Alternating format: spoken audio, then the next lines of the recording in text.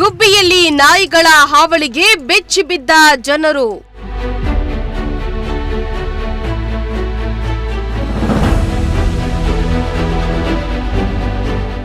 ನಾಯಿಗಳ ಕಾಟಕ್ಕೆ ಕಡಿವಾಣ ಹಾಕಲು ಅಧಿಕಾರಿಗಳ ತುರ್ತು ಸಭೆ.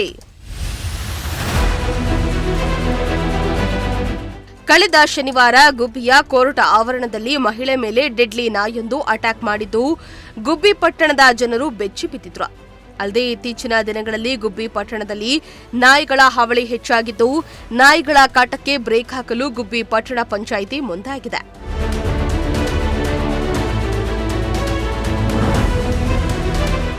ಹೌದು, ಗುಬ್ಬಿ ಪಟ್ಟಣ ಪಂಚಾಯಿತಿ ನಾಯಿಗಳ ಕಾಟಕ್ಕೆ ಕಡಿವಾಣ ಹಾಕಲು ಪಟ್ಟಣ ಪಂಚಾಯಿತಿ ಕಚೇರಿಯಲ್ಲಿ ಅಧ್ಯಕ್ಷೆ ಆಯಿಷಾ ತಾಸಿನ್ ಅವರ ಅಧ್ಯಕ್ಷತೆಯಲ್ಲಿ ತುರ್ತು ಸಭೆಯನ್ನ ನಡೆಸಲಾಯಿತು.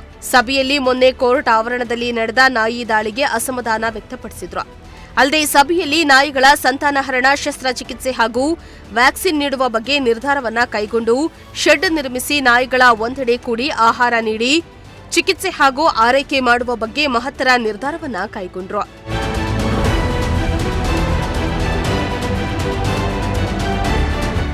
ಗುಬ್ಬಿ ಪಟ್ಟಣದ ಹೊರ ವಲಯದಲ್ಲಿ ನಾಯಿಗಳಿಗೆ ಶೆಡ್ ನಿರ್ಮಾಣ ಮಾಡಿ ಆಹಾರ ನೀರಿನ ವ್ಯವಸ್ಥೆ ಹಾಗೂ ವ್ಯಾಕ್ಸಿನ್ ಎಬಿಸಿ ಚಿಕಿತ್ಸೆ ನೀಡಿ ಸಂತಾನಹರಣ ಶಸ್ತ್ರಚಿಕಿತ್ಸೆ ಮಾಡಿಸಲಾಗುವುದೆಂದು ಮುಖ್ಯಾಧಿಕಾರಿ ಮಂಜುಳಾದೇವಿ ತಿಳಿಸಿದರು.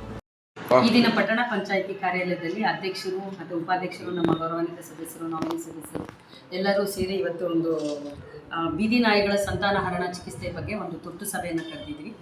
ಆ ತುರ್ತು ಸಭೆಗೆ ಈಗಾಗಲೇ ನಮ್ಮ ಜಿಲ್ಲಾಧಿಕಾರಿಗಳ ಅಧ್ಯಕ್ಷತೆ ಮೇರೆಗೆ ಸಾಕಷ್ಟು ಮೀಟಿಂಗ್ಗಳಾಗಿತ್ತು.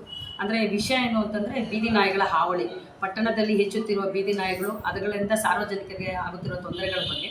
ಈಗ ನಿನ್ನೆ ಏನಾಯಿತು, ರೀಸೆಂಟಾಗಿ ನಿನ್ನೆ ಅಂದರೆ 2 ದಿವಸದ ಹಿಂದೆ ಕೋರ್ಟಲ್ಲಿ ಒಬ್ಬರಿಗೆ ಶೌಚಾಲಯ ಬಳಸುವಾಗ ಒಂದು ಮಹಿಳೆಗೆ ನಾಯಿ ಇದು ಮಾಡಿತ್ತು, ಅಟ್ಯಾಕ್ ಮಾಡಿತ್ತು. ಹಾಗಾಗಿ ಇದನ್ನು ತುರ್ತು ಸಭೆ ಕರೀರಿ ಅಂತೇಳಿ ಅಧ್ಯಕ್ಷರು ಹೇಳಿದರು.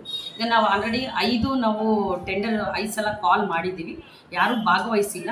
ಬಟ್ ನಮ್ಮಲ್ಲಿ ಈಗ ಇರೋ ಪರಿಸ್ಥಿತಿನಲ್ಲಿ ನಾವು ಇದನ್ನು ತುರ್ತಾಗಿ ಕ್ರಮ ವಹಿಸಬೇಕು ಅಂತೇಳಿ ಎಲ್ಲ ಸದಸ್ಯರು, ಅಧ್ಯಕ್ಷರು ತೀರ್ಮಾನ ಆಗಿರೋದ್ರಿಂದ ಇದನ್ನು ಅವರು NGO ಅಂದರೆ ಏನಾಗುತ್ತೆ, ಇದನ್ನು ಸಂತಾನಹರಣ ಮಾಡಬೇಕು ಅಷ್ಟೇ ಹೊರತು ಇದನ್ನು ಬೇರೆ ಕಡೆ ಸಾಗಣೆ ಮಾಡೋದು ಅಥವಾ ಬೇರೆ ಏನಾದರೂ ವ್ಯವಸ್ಥೆ ಮಾಡೋದು ಇಲ್ಲ. ನಮ್ಮಲ್ಲಿ ಕಾನೂನಿನಲ್ಲಿ ಮತ್ತು ಸುಪ್ರೀಂ ಕೋರ್ಟ್ ಆದೇಶದಂತೆ ಬೀದಿ ನಾಯಿಗಳನ್ನು ಪಾಲನೆ ಪೋಷಣೆ ಮಾಡಬೇಕಾಗಿರೋದು.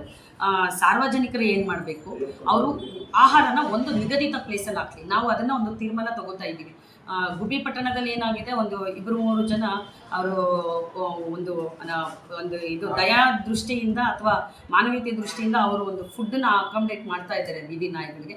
ಅದರಿಂದ ಅವು ಅಗ್ರೆಸಿವ್ ಆಗ್ತಿದ್ದಾವೋ ಅಥವಾ ಬೇರೆ ಕಡೆಯಿಂದ ಬರೋ ನಾಯಿಗಳಿಂದ ಅಗ್ರೆಸಿವ್ ಆಗ್ತಿದ್ದಾವೋ ಅಂತ ಗೊತ್ತಾಗ್ತಿಲ್ಲ ನಮಗೆ. ಒಟ್ಟಾರೆ ಅವರು ಫುಡ್ನ ಅವ್ರು ಏನು ಅಕಾಮಡೇಟ್ ಮಾಡ್ತಿದ್ದಾರೆ ನಾಯಿಗಳಿಗೆ, ಅವನ್ನ ಒಂದು ಕಡೆ ವ್ಯವಸ್ಥಿತವಾಗಿ ಫುಡ್ ಹಾಕೋದಕ್ಕೆ ನಾವು ಅದನ್ನು ತೀರ್ಮಾನ ತೊಗೊಂಡಿದ್ದೀವಿ. ಮತ್ತು ನಂತರದಲ್ಲಿ ಹಂತವಾಗಿ ಏನು ಸ್ಟೆರಿಲೈಸ್ ಮಾಡಬೇಕು ಅಂತೇಳಿ ನಾವೀಗ ಏನು ಕಾಲ್ ಮಾಡಿದ್ವಲ್ಲ, ಅವನ್ನ ಡೈರೆಕ್ಟಾಗಿ ಕರೀರಿ ಅಂತೇಳಿ ನಮ್ಮ ಸಭೆ ತೀರ್ಮಾನ ಆಗಿದೆ. ಅದು ಬಡ್ಜೆಟ್ನಲ್ಲಿ ಸ್ವಲ್ಪ ಸಮಸ್ಯೆ ಇರೋದ್ರಿಂದ ದೊಡ್ಡ ಹಂತದಲ್ಲಿ ಅವರು ಸ್ಟೆರಿಲೈಸ್ ಮಾಡೋದಕ್ಕೆ ದೊಡ್ಡ ನಗರಸಭೆ, ಮಹಾನಗರ ಪಾಲಿಕೆಗಳಿಗೆ ಅವರು ಟೆಂಡರ್ ಪಾರ್ಟಿಸಿಪೇಟ್ ಮಾಡ್ತಿದ್ದಾರೆ. ನಮ್ಮ ಪಟ್ಟಣ ಪಂಚಾಯಿತಿಗಳಲ್ಲಿ ಅವ್ರು ಯಾರೂ ಬಿಡ್ ಮಾಡ್ತಾ ಇಲ್ಲ. ಹಾಗಾಗಿ ನಾವು ಕಾಲ್ ಫೈ ಆದರೂ ಇನ್ನೂ ಅವ್ರನ್ನ ರೀಚ್ ಆಗೋಕ್ಕಾಗಿರಲಿಲ್ಲ. ಈಗ ಅವ್ರನ್ನ ನೇರವಾಗಿ ಕರೆದು ಅವ್ರನ್ನ ರಿಕ್ವೆಸ್ಟ್ ಮಾಡಿಕೊಂಡು ಹಂತವಾಗಿ ನಾವು ಅದನ್ನು ಸಂತಾನಹರಣ ಚಿಕಿತ್ಸೆ ಮಾಡಿ ಇದನ್ನು ಕ್ರಮ ವಹಿಸೋಣ ಅಂತೇಳಿ ಎಲ್ಲರೂ ತೀರ್ಮಾನ ಮಾಡ್ಕೊಂಡಿದ್ದೀವಿ. ಮಾಡ್ತಾ ಇದ್ದೀವಿ. ಆ ಶೆಡ್ನ ಅದು ABC ಏನೋ ಒಂದು ಇದಕ್ಕಾಗೆಲ್ಲ ಅದು ಏನು ಪಶು ಅವರೆಲ್ಲ ಸೇರಿ ಆಪ್ರೇಷನ್ ಮಾಡೋದಂಗೆ ಫ್ಯಾಮಿಲಿ ಪ್ಲಾನಿಂಗ್ ಆಪ್ರೇಷನ್ ಅದು ಮಾಡಿ ನಾವು ತಿರ್ಗಾ ಬಿಡಬೇಕು. ದಯವಿಟ್ಟು ಎಲ್ಲ ಕಾಪರೇಟ್ ಮಾಡಿ. ಇನ್ನು ಸರ್ಕಾರದ ನಿಯಮಾನುಸಾರ ಸಂತಾನಹರಣ ಚಿಕಿತ್ಸೆ ಮಾಡುವ ಮುನ್ನ ನಾಯಿಗಳ ಸಂಖ್ಯೆ, ಅದರ ಏರಿಯಾ ತಿಳಿಬೇಕು. ನಂತರ ಹಿಡಿದು ತಂದ ಬಳಿಕ ನೀರು, ಆಹಾರ ನೀಡಿ ಚಿಕಿತ್ಸೆ ನೀಡಿ ನಂತರ 4 ದಿನ ಆರೈಕೆ ಮಾಡಿ ಅದೇ ಏರಿಯಾಗಳಿಗೆ ನಾಯಿಗಳನ್ನು ಬಿಡಬೇಕೆಂದು ಪಶು ಇಲಾಖೆ ಸಹಾಯಕ ನಿರ್ದೇಶಕ ಡಾ ಸುರೇಶ್ ಸರ್ಕಾರ ನಿಯಮವನ್ನ ತಿಳಿಸಿದ್ರು.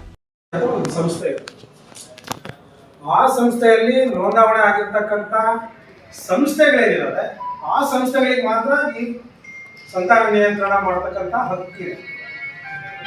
ನಮ್ಮಲ್ಲಿ ಮಾಡ್ತೀವಿ, ಸಾಕಿನ ನಾಯಿಗಳಿಗೆ ಮಾಡ್ತಾರೆ. ಬಟ್ ಪೇಯ್ಡ್ ತುಮಕೂರಲ್ಲಿ ಸ್ಪೆಷಾಲಿಟಿ ಹಾಸ್ಪಿಟಲ್ ಇದೆ, ಒಂದು ಆಪರೇಷನ್ಗೆ 2,000 ರೂಪಾಯಿ ಚಾರ್ಜ್ ಮಾಡುತ್ತೆ ಸರ್ಕಾರ. ಕೇವಲ ಆಪರೇಷನ್ ಮಾಡಲಿಕ್ಕೆ, ಪೋಸ್ಟ್ ಆಪರೇಟಿವ್ಗೆ ನಮ್ದಲ್ಲ. ಸೊ ಇದು ಸರ್ಕಾರದಲ್ಲಿ ಇರ್ತಕ್ಕಂಥ ಇನ್ನು ಸಭೆಯಲ್ಲಿ ಪಟ್ಟಣ ಪಂಚಾಯಿತಿ ಉಪಾಧ್ಯಕ್ಷೆ ಶ್ವೇತಾ, ಹಿರಿಯ ಸದಸ್ಯರಾದ ಮೊಹಮ್ಮದ್ ಸಾದಿಕ್, ರೇಣುಕಾ ಪ್ರಸಾದ್, ಶಶಿಕುಮಾರ್, ಶೌತಕಾಲಿ ಸೇರಿ ಹಲವಾರು ಮಂದಿ ಉಪಸ್ಥಿತರಿದ್ದರು.